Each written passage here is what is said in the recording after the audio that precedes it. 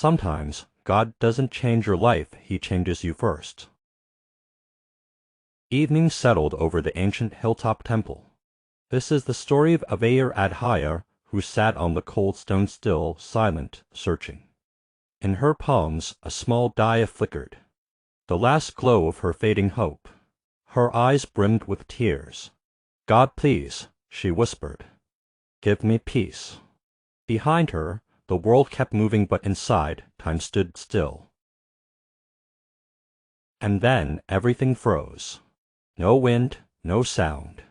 Even the flame stopped moving. The world had paused just for her. From the golden mist, a light appeared, formless, soft, eternal. And a voice spoke not to her ears, but to her soul. Gentle echo, "My child, I can give you everything. But first, you must change yourself." Her heart trembled. Change herself? She came to beg for peace, not to rebuild her world. But the light only whispered again, "Begin within." That night, she sat before a cracked mirror. Her reflection looked tired, lost yet alive.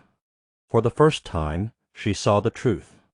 Peace wouldn't come to her, she had to grow into it. The next morning, sunlight touched her face.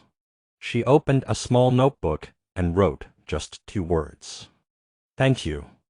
And in that moment, her healing began. She wrote a letter, "I forgive you." A single tear fell, smudging the ink, but washing away the pain. Days turned into light again. Aaradhya stood before laughing children, teaching not just lessons, but life.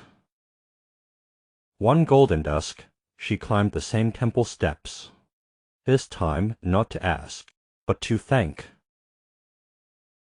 The light appeared again, gentle, glowing. "You wanted a better life," it said, "but I wanted a better you." She walked down the path, a diya in her hand, fireflies lighting her way, her heart finally at peace. Because when you change yourself, the world changes too. If you like this video, please like, share, and subscribe my channel.